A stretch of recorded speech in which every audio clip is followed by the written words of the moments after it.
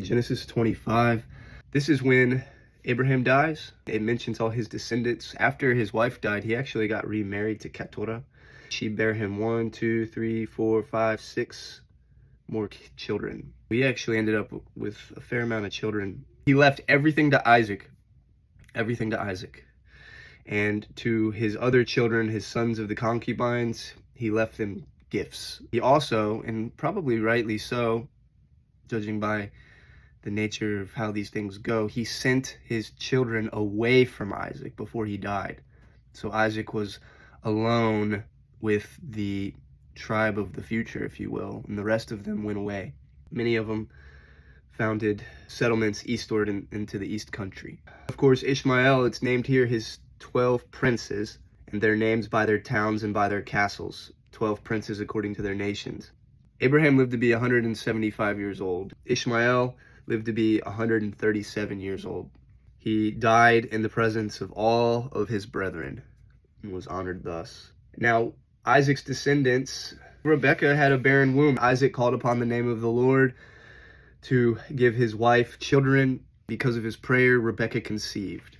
But I'm noticing in this chapter that it seems as if Rebekah was a person after God's own heart. Maybe not more than Isaac. Her faith seems to be more pronounced in the chapter. She seems to be the star of this generation, at least so far. Her faith is amazing. She has pregnancy with twins and they're fighting in her womb. She says, "If it be so, why am I thus?" She had such spiritual, emotional distress during her pregnancy. She's like, if these guys are fighting, can it be of God? God says 2 nations are in their womb. It looks like Israelites and the Edomites come from the womb of Rebekah. Esau being the Edomite. Edom is red. Esau came out red, and he also sold his birthright, which we'll get to in a minute, for some red lentil stew. It says that one people shall be stronger than the other people. The elder shall serve the younger. The twins were born. Esau was red and hairy. Jacob wasn't. Isaac was 60 years old when she bare them. He was 40 years old when he took Rebekah as a wife. 20 years she was barren.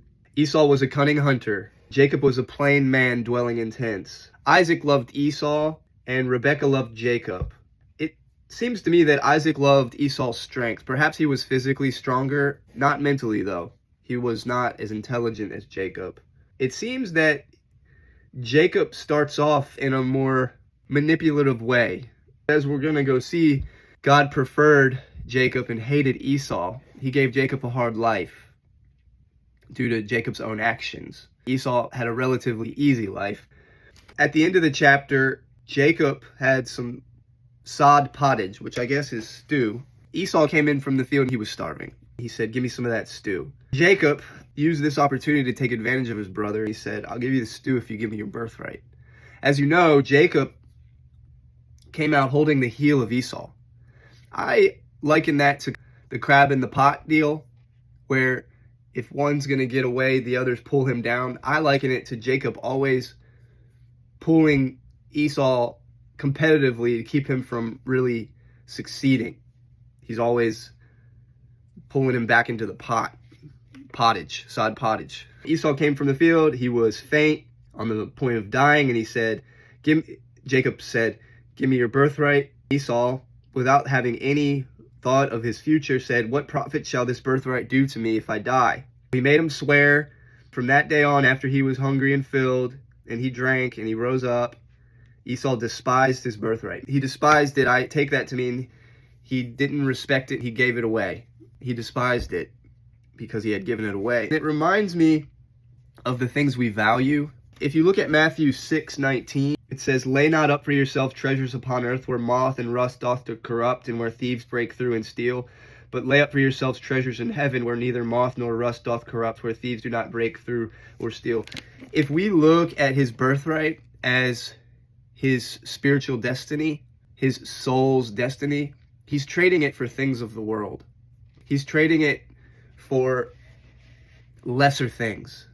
Many of us will trade our spiritual communion with God, our eternal communion with God, with the fleeting carnal pleasures of now, the sins of now. We prefer the sins over the spiritual communion with God at a later date. We have no foresight. That's Genesis 25 in a nutshell. Genesis 26 a little later today.